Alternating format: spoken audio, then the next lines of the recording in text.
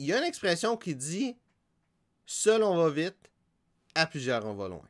Puis moi, j'ajouterais « Quand on va vite, on peut pas aller loin ». Fait que, techniquement, quand tu commences, c'est sûr que d'être tout seul, c'est mieux en certains points, spécifiquement au fait que t'as pas besoin de payer personne, parce que t'es tout seul. Ben, je veux dire, personne sauf toi.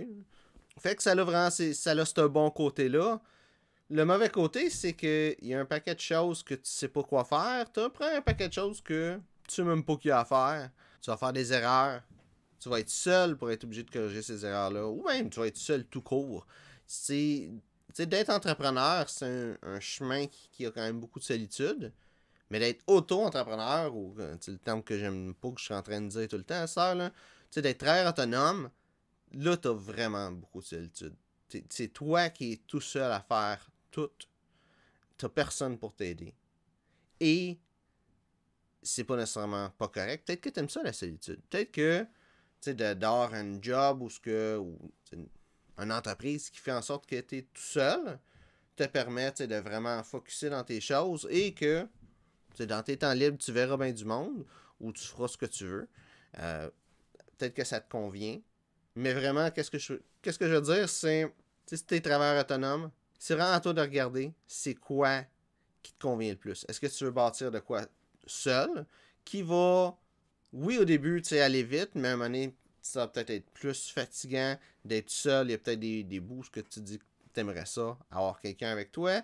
Ou bâtir une équipe, et cette équipe-là, ça va te prendre des compétences de gestion, être capable de dealer avec ça. Il n'y a pas juste travailleur autonome, entrepreneur, that's it. Il y a un gros entre-deux en chaque.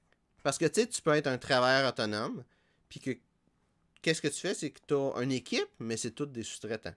Tu as une compagnie à qui tu fais affaire, que c'est une entreprise de marketing.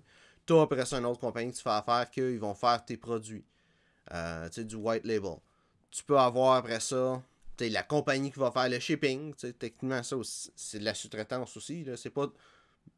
Règle générale, un travailleur autonome qui fait quelque chose, qui fait un produit, ben il va pas le livrer lui-même. À part si c'est ton voisin qui t'achète de quoi, là. Mais si quelqu'un à l'autre bout du Canada t'achète ton produit, ben tu vas le shipper. Tu peux avoir quelqu'un qui fait ton emballage, tous les produits d'emballage que tu vas faire. Tu peux avoir plusieurs équipes et être quand même travailleur autonome. Donc, c'est à toi de regarder, vraiment. Tu sais, moi, ça, c'est plus t'ouvrir à l'idée de penser à ça. Qu'est-ce que tu veux faire? Qu'est-ce qui est le mieux? Comment tu veux gérer ta business? Est-ce que tu aimes mieux avoir des employés? Est-ce que tu aimes mieux avoir des sous-traitants? Est-ce que tu veux un petit peu de tout ça? Est-ce que tu veux une équipe d'employés qui fait quelque chose? Par exemple, en construction, on voit ça beaucoup. Tu sais, le boss qui fait de la construction, il finit par engager des employés parce que sa business grossit, il y a plus de clients, il a besoin d'employés, mais il n'est pas nécessairement bon pour le marketing, il n'est pas nécessairement bon pour faire, son camion qu'il va acheter, il veut mettre des panneaux publicitaires. C'est pas lui qui va faire ça là-dessus. Il va mettre son logo sur le camion par une compagnie spécialisée là-dedans. S'il veut faire la publicité Facebook, il va engager du monde pour faire la publicité Facebook, ainsi de suite. Donc, ça va être moitié-moitié. Fait que c'est vraiment à toi de regarder c'est quoi qui te convient. Tu peux faire affaire avec du monde de la façon que tu veux, en autant que ça te convienne toi et que ça les convienne eux autres. C'est juste ça qui compte. Et que ce soit fait dans la légalité, bien entendu. Donc, qu'est-ce que je te dis là? C'est plus pour t'ouvrir à cette réflexion-là.